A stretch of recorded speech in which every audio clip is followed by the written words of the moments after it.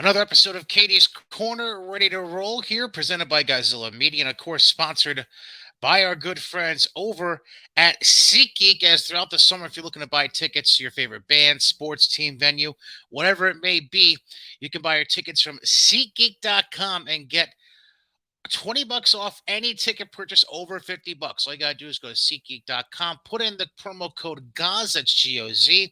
We're looking to go to a sporting event like the Tri City Valley Cats or the Albany Empire, or looking to a concert, maybe at SPAC up in Saratoga.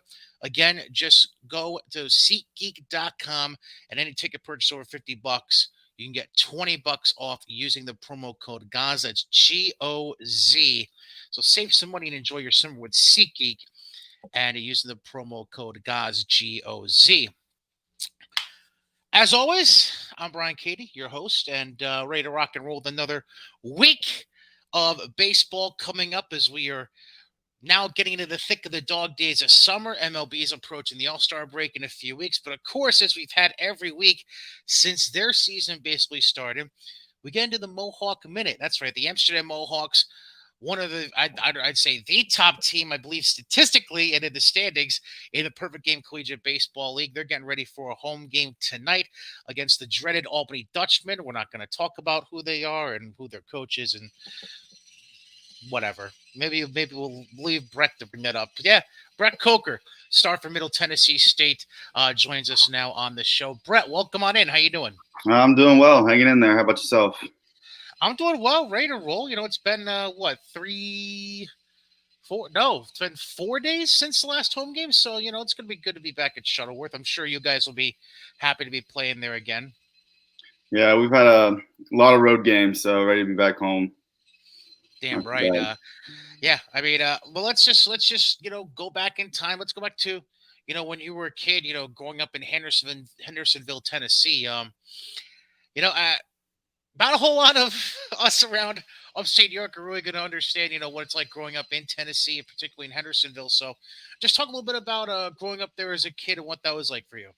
Well, I'm originally from Panama City, Florida, and I moved up to Tennessee when I was 15. So I really only went to like high school in Tennessee, but it's really nice there. Like, I mean, my grandparents moved up there whenever I was a junior, I believe. My grandparents from Florida, they moved up there, but like my mom's family has always lived there, so it wasn't too bad. What was it like a family decision? Was it the parents getting a new job that made you guys move up from Florida? What was the deal with that? Well, my mom always wanted to like move back to like see her family and stuff. So my dad kind of just caved in, and he worked a job in he owned a daycare when we lived in Florida, and then he was kind of tired of like the hassle of taking care of kids all the time. So he found a new job in Tennessee and told my mom that they were gonna move up there. So Oh, nice, good stuff. Now, as you were going through high school in the Tennessee area, um, obviously you end up going to a D1. Eventually, end up going to a D1 school in Conference USA. But at first, it wasn't that way. You decided to take a little different route to get to the D1 level, as you ended up starting out as at a Itawamba Community College. What led to that decision to start off by going to community college and then working your way from there? well, I didn't really get much looks out of high school. So one of my summer ball coaches was close friends with Coach Collier from Itawamba, and I did like a little tryout there. He offered me. I talked to my dad. I was like, Dad, I don't really have any like other choices, so I'm just gonna go ahead and like commit to Itawamba.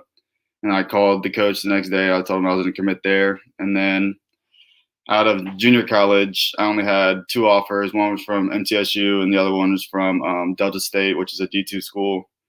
And Delta State was like 5.5 hours away from my house, and I didn't really want to be that far away from home. And MTSU was only about 55 minutes to an hour, so it was a easy decision. Now, when you decided to go to Itawamba, obviously not exactly a name a whole lot of people are familiar with. That's down in Mississippi. So you went from living down in Florida for a good chunk of your childhood up to Tennessee for high school, and then going out to Mississippi. What was it like, going that far from home, even going down to Mississippi and playing down there for a couple years? It wasn't too bad. It was only about a 3.5 hour drive, and my buddies like from school, they were all from Mississippi. So on the weekends, if I didn't feel like going home or didn't have time, I could just go to their houses and hang out with them and stuff like that. So it really wasn't bad at all. Brett Coker from the Amsterdam Mohawks joining us here on Cady's Corner. And, let's just get right into it. You end up at Middle Tennessee State. You're a preseason all conference selection your sophomore year. And, you really just made an impact right away for the Blue Raiders, playing in 53 out of 54 games. You led the team with triples and RBIs, and you batted almost 280, had a 350 on base percentage. What was what was it like with the transition going from high school to community college and then eventually to Division I baseball playing at Conference USA? Well, high school we played against like the pitching that we faced is mainly like Vanderbilt kids and like Tennessee commits and stuff like that. So I was always like the upper level of pitching. So I went to junior college and it's about the same. Everyone's about 90, 93, 92, something like that. And then when you get to college or like D1 college, everybody's like kind of like figured you out a little bit, and the pitchers are a lot more like smooth and they know exactly what they want to do with you and stuff like that. And like the pitching coaches are just like they know exactly what they need to do to get you out. So it's a little bit harder, but it's not too bad. And obviously, as someone who's still in college, you had to go through the issues that were brought on by COVID-19 and everything like that. What was it like? Because obviously this all happened when everything went to hell a couple years ago. That's like right in the midst of like the first month of the season, roughly, or right before the start of the season. So, what was it like going through all that and all the questions about travel and mask mandates and all that stuff? What was that all like when that? Because you were still, I believe, at a community college when that first happened, right? Yeah, I was. We were about 15 games into our season. I was doing well, like having probably one of the best seasons I've ever started with and stuff like that. But yeah, so our coach texted in our group message and was like, "Hey, y'all can go home for the weekend." We were just about to start conference like that weekend, and it was probably on like we play on Saturdays and Tuesdays, and this was on like Thursday. So we just got done with our Tuesday games, and he texted us and he was like, "Hey, y'all can go home for like 2 weeks. The COVID is like really amped up." And then we get home, and I'm home for about 3 days, and then he texts us and says the season's over. So we were all heartbroken because like that was my second year, so that's my last year there, and I'm not gonna ever play with any of those guys again. So it was really bad. But I don't know. Last year for MTSU, well, not last year, but the year before, my first year, we had to take two buses and had to like sit separate from each other and wear masks and stuff on the bus. I don't know. It was just a difficult time.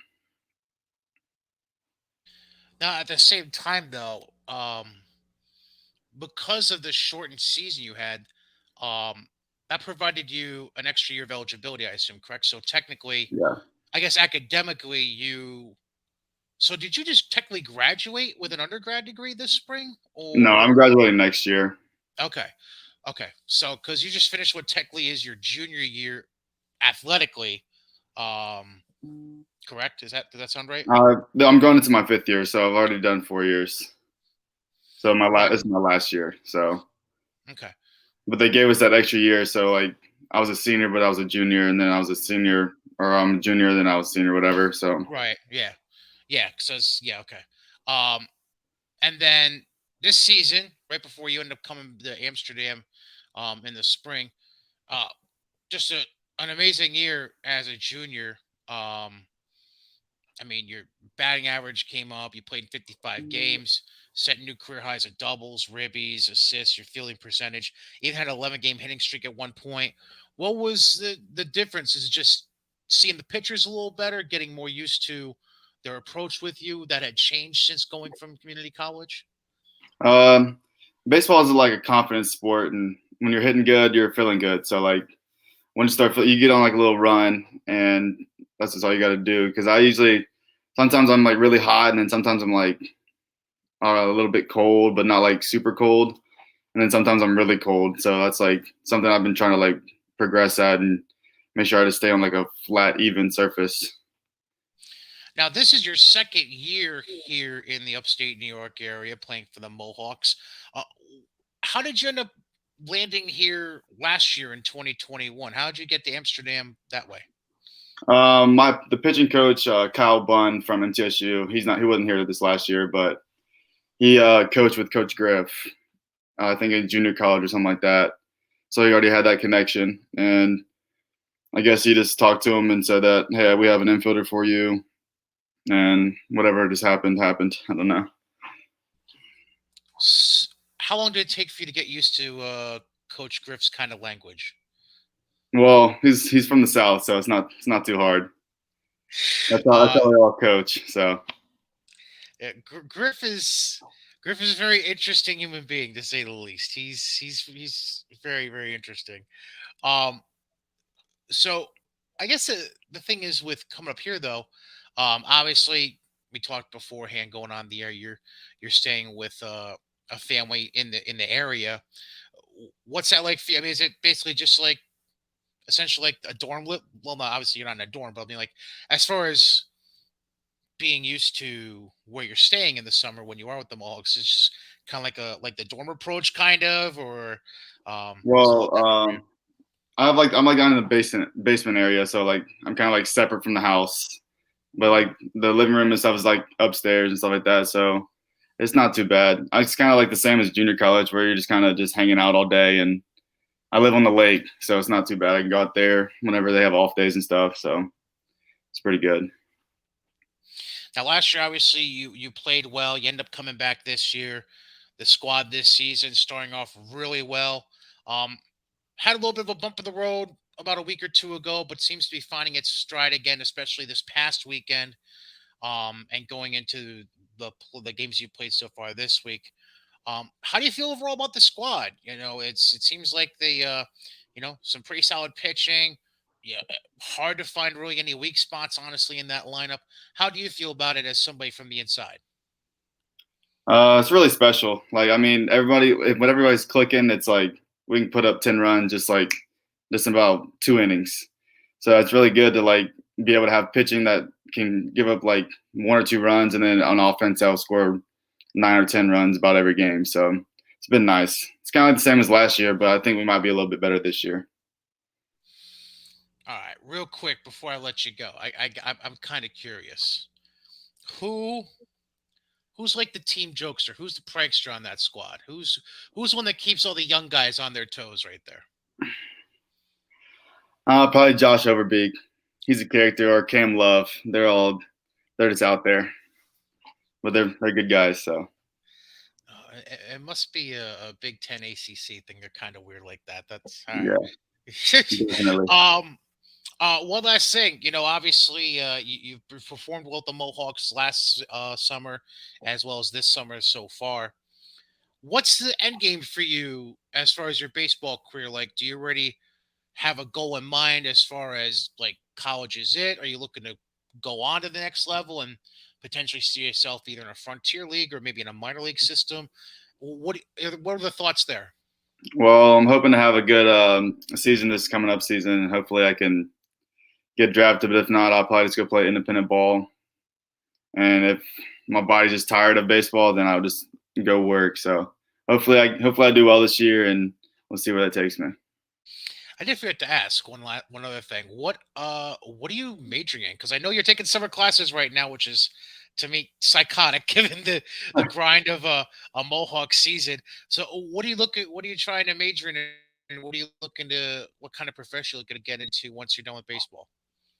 I'm majoring in business management. I'm not 100% sure what I want to do with that, but with that degree, you can kind of just get into whatever you want to. So I'm just kind of taking it by ear, and hopefully baseball works out for me. But if not, then I guess we'll see. I don't know.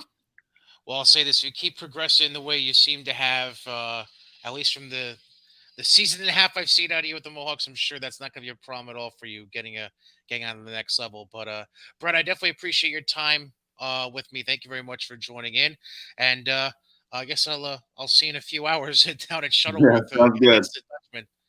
Yes, sir. Sounds good. Thank you. All right, not a problem. Brett Coker from Middle Tennessee State.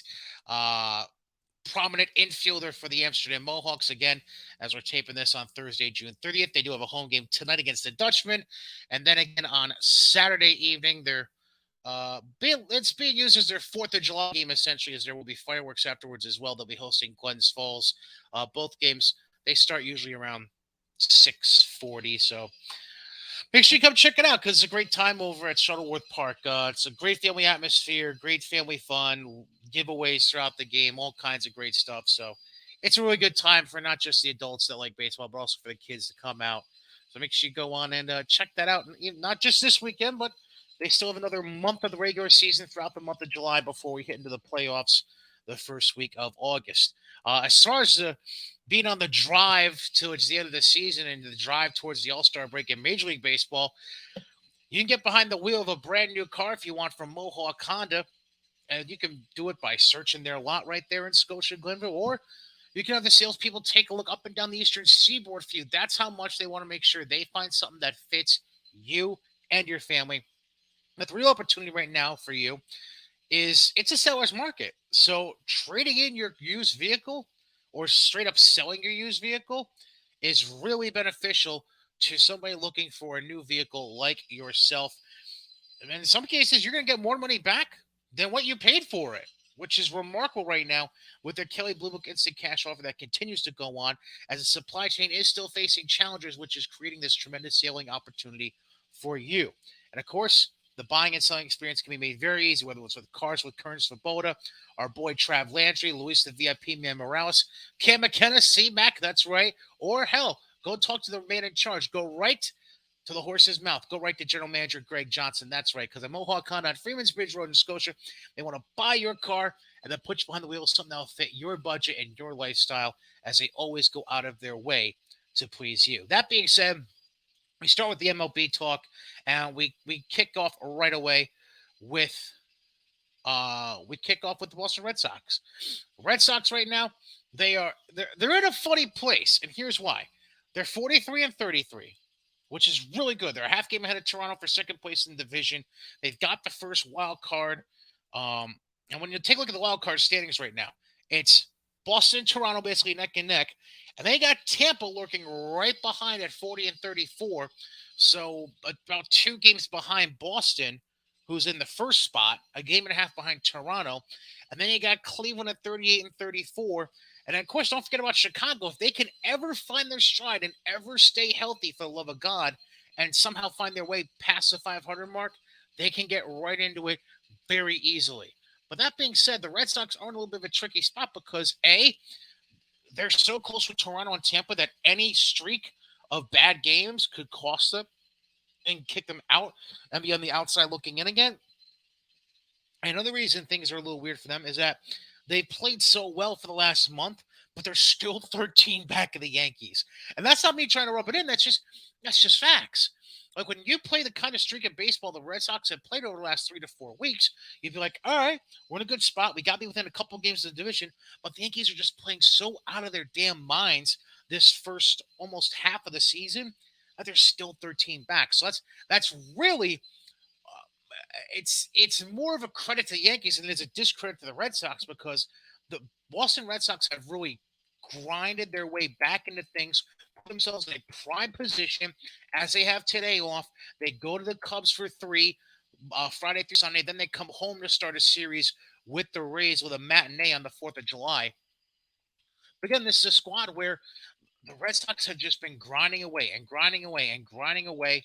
And really, they've done a fantastic job. They're above 500 on the road and at home. In fact, one would argue they're a little better on the road than they are at home, as they're 23 and 17 on the road, 20 and 16 at home, and they're 20 and 6 in June.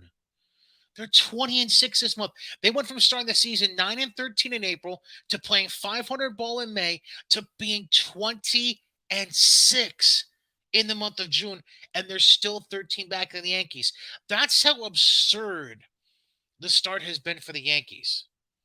Like that alone should explain everything to you. And that includes, I mean, I'm just taking a look here. That includes a 7 game winning streak in the very first week of June where they beat up. Well, they won 3 from Oakland, 3 out of 4 from the Angels, and it's the month started on June 1st with their final game against Cincinnati at home. Then they interchanged wins and losses there. Won 3 in a row, lost one, won one, lost one, and then they went on another 7 game winning streak where they swept Detroit and swept Cleveland and won their last game of their home series against St. Louis, and then they lost 2 out of 3 to start this week at Toronto. Like, this is a squad. This is a legitimate squad. And it's just unfortunate they are in the American League East, because if they were in any other division right now, including if they were in any division, all right, let me rephrase that. Okay, so if they were in the AL Central, they'd be a game ahead of the Twins right now for the lead in the division.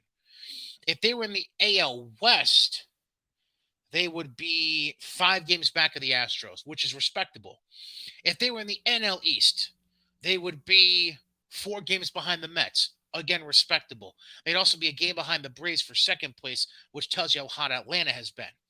In the NL Central, they would be a half game behind Milwaukee and a game ahead of the Cardinals.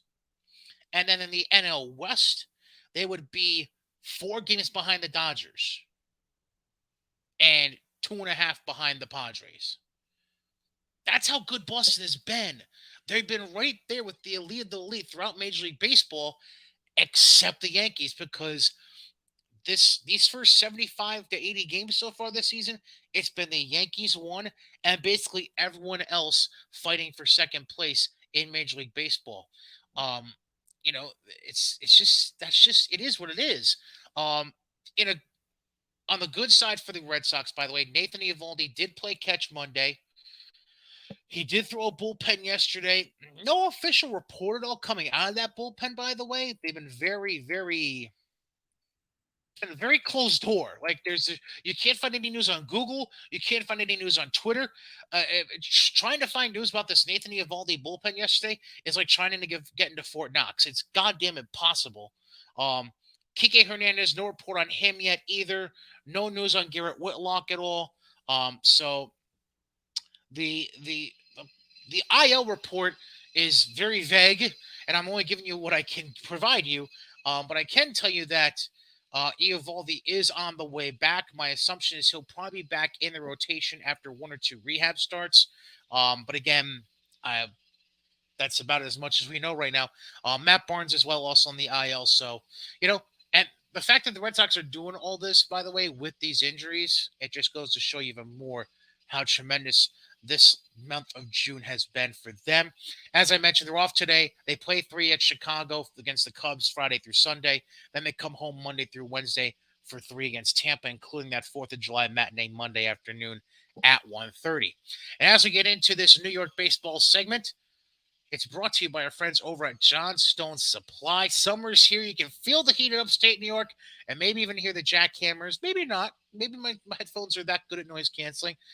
Um, but if you want to stay cool all summer long indoors, make sure you call Johnstone Supply in Troy and ask them about their high efficiency essential AC systems and ductless mini splits with tremendous brands like Goodman, Fujitsu, and Westinghouse, all in stock and at great prices. And hey, if you also need someone to install the system, Johnstone Supply in Troy, they got the hookup. You can talk to Tom, Kev, James, Bird, any of them to make sure you have a cooler house to stay in this summer. Give them a call at 518-272-5922. You can check them out online at johnstonesupply.com or just go see them face to face. Go to 2600 6th Avenue in Troy. Get yourself a new AC system today or get it fixed through Johnstone Supply. Again, 2600 6th Avenue in Troy.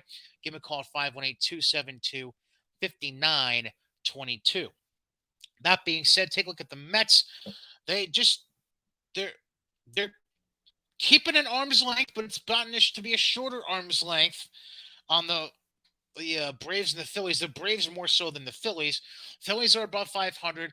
The Braves are above 500 and charging. They're only 3 back of the Mets right now. Phillies are 8 back at 39 and 37, while the Mets are 47 and 29. This is a Mets team, though, that got bit hard by the injury bug, including most recently with Tyler McGill, who the latest reports say is out till mid-August potentially, which sucks. But on the good side, DeGrom threw live BP back on Saturday. He continues to make progressive steps forward. And Scherzer had another rehab start yesterday. They're coming along. They are coming along. And let me just pull up the statistics from that start. Scherzer He went 4 and 2/3, gave up 3 runs. Two of them were on 4 hits, 1 walk, 8 Ks. But most importantly, according to Mets beat writer Anthony DeComo, he stretched out to 80 pitches, contrary to the, I think, 67 he threw the start before last week in Binghamton. So we're going to wait and see what comes next with Scherzer as far as whether they want him to get another start under his belt in the minors or if they're going to put him right into the rotation sometime next week. So it's a wait and see on Scherzer as far as exactly when he comes back, but he is just about ready to go. That much I can tell you. As far as Mets concerned, look, they lost yesterday's matinee 2-0 to the Astros. You had Verlander pitching against them. It's the first time this season the Mets have lost 3 in a row. And they've lost, I believe, 5 of their last 6. Just relax. Because you got to remember again, you're doing this without DeGrom throughout the whole season. You've been doing this without Scherzer for essentially a month. You're now going to do it without McGill until mid-August. You've also had on again, off again injuries throughout the course of your lineup. You had Lindor a little beat up. You had Marte a little beat up. Escobar was a little beat up. Now you have your lineup as a whole. McCann just returned this week to the Major League roster from his injury. It's slowly coming together. Yes, Jankowski's on the IL still, but it's still coming together step by step. And I think once you get Scherzer back, that'll provide a little bit of a stopgap and a breath of fresh air. And then when DeGrom comes in, my guess, the All-Star break is in about 2 to 3 weeks. My guess, DeGrom comes in first week or so after the All-Star break. Then it allowed Mets fans to really exhale and relax again. Because that's as much as you might want to blame the offense for going cold recently, when it has gone cold, you more so just need the stability around Carrasco and Taiwan Walker and David Peterson and Chris Bassett right now. You just need that breath of fresh air to come through and calm things down. So you're not relying on Chase and Shreve. You're not relying on Trevor Williams, to carry the load as potential fifth starters, along with Bassett, Carrasco, Walker, and Peterson. Because let's face it, this rotation you have right now is not what you expected to have going into the season because of the DeGrom issue and the fact you had signed Scherzer to at least be the lead number one ace until DeGrom got healthy, and you had a tremendous 1-2 punch. So it's just about relaxing and taking a deep breath. I think, if anything, as we head into the dog days of summer and we get closer and closer to that trade deadline in over 4 weeks, there's a chance you might see the Mets go after a bat or maybe go after a solid back end rotation guy.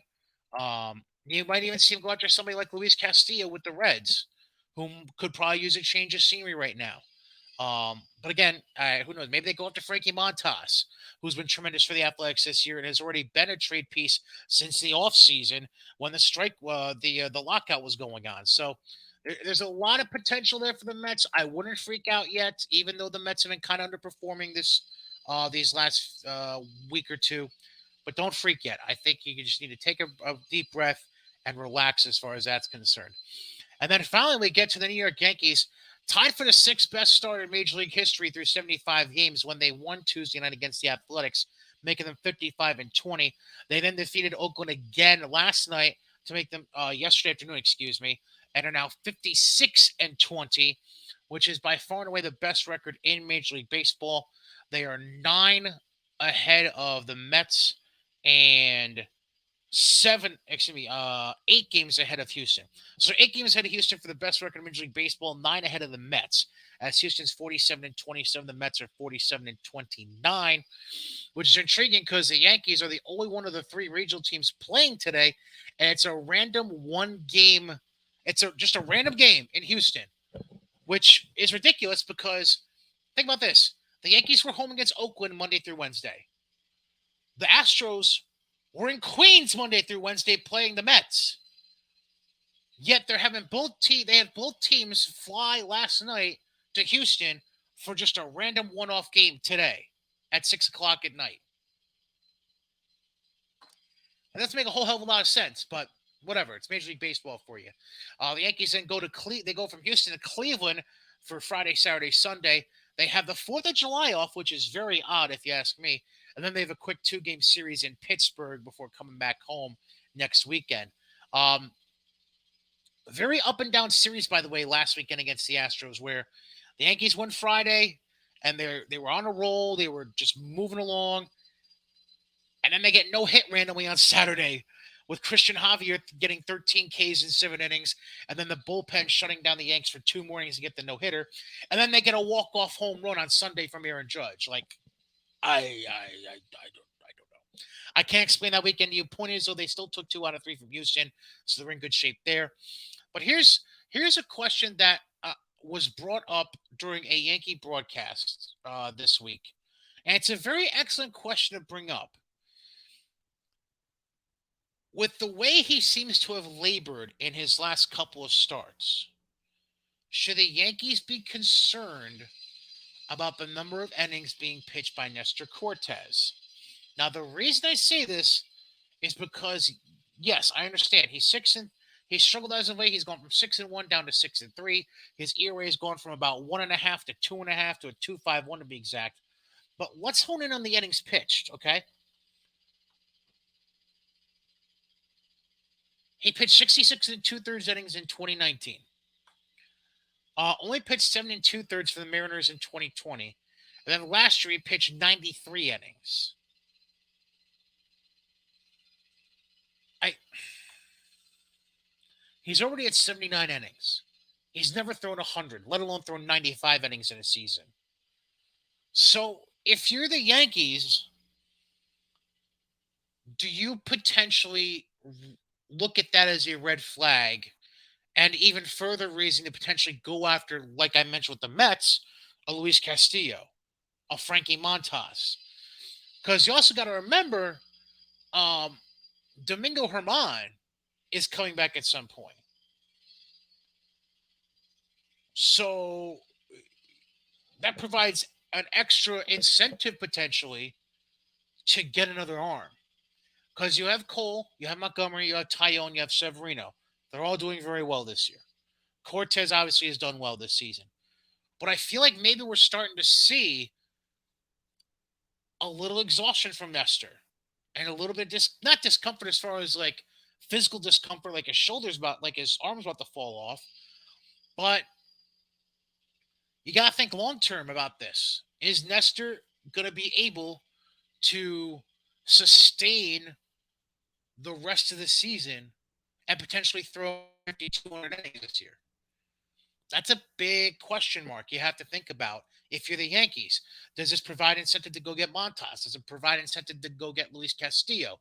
Um, there's a whole number of guys I'm sure that you could look up right now, um, that would be able to come on board in the last season of their contract. And I'm just going to pull up right now. I'm pulling up Spot Track right now. We're going to take a look at starting pitchers and see what we can find here as far as guys who are on the market that are going to be free agents at the end of this year.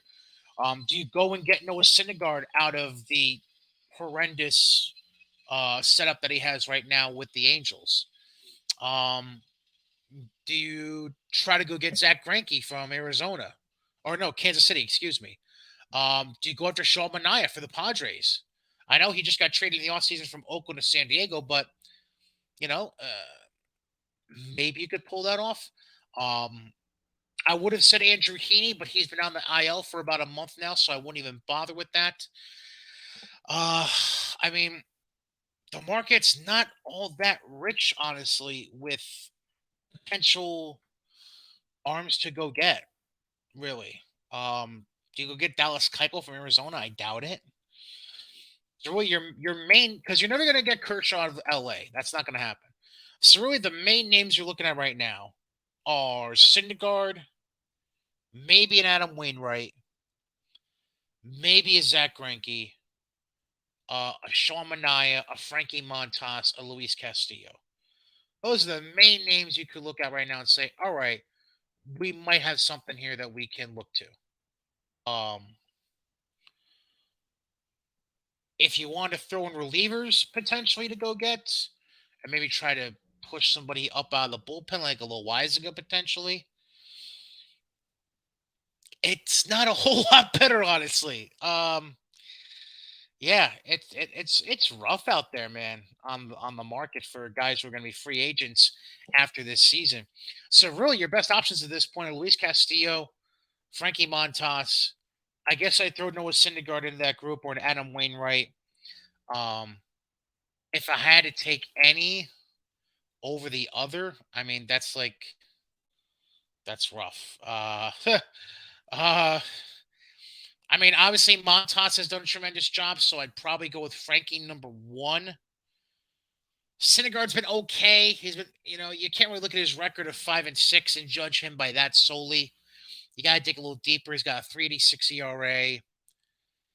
Uh, he's given up only 61 hits and 65 and a third. His strikeout to walk ratio is 3-1, so that's not bad. I mean, Syndergaard's having a somewhat efficient year. That's certainly one way to put it. But let's compare that to Frankie Montas and Luis Castillo real quick. Frankie Montas this season is looking at again, don't look at you can't really judge the record 3-8 because it's a crappy baseball team he's with. He's got a 3.20 ERA, only 79 hits in 95 and two thirds, and his strikeout to walk ratio is pretty much 4-1, 99 strikeouts to 24 walks. So obviously, you take Montas or Syndergaard. But now let's take a look at Luis Castillo. Again, surrounded by a crappy team in Cincinnati. They're 26 and 48.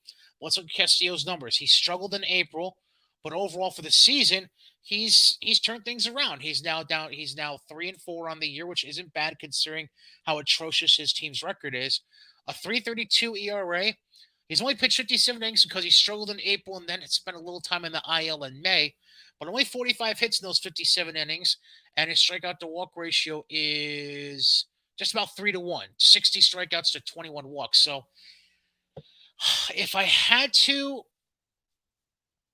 man, this is tough. I think Montas is a clear one. That's for sure.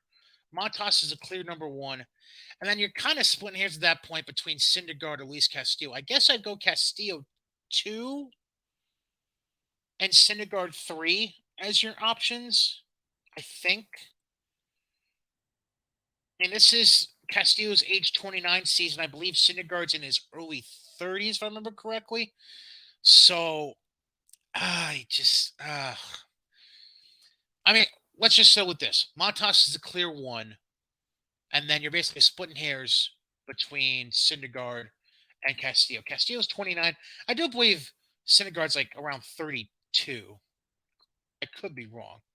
Oh no, Syndergaard's 29 as well. I keep forgetting that he's been in the league so long at this point. I keep thinking he's like early 30s, but no, he's only so they're both 29. So it's basically a matter of do you want one less year of wear and tear in Castillo, or do you want Syndergaard for the purpose of his name? I don't know, but that's basically what you're looking at right there. So yeah, that's that. That's how it is with the Yankees. They're just gonna keep on trucking and keep on rolling and doing what they do. There's no two ways about it. So that does it for Cady's Corner, episode 13, presented by Godzilla Media, sponsored by our good friends at SeatGeek.com. Don't forget, go to SeatGeek.com, get $20 off any ticket purchase of $50 or more by using the promo code GOZ. That's GOZ. Also sponsored by our friends over at Mohawk Condo in Scotia, Glenville, and Johnstone Supply in Troy. Don't forget, Twitter handle at Brian Cady, BrianCady. If you've been watching on the YouTube side of things and you've been seeing that scroll on the bottom throughout the show. And of course, any questions, comments, concerns, Brian.Cady at GodzillaMedia.com. That does it. Have a great 4th of July weekend and enjoy all the baseball. We'll catch you again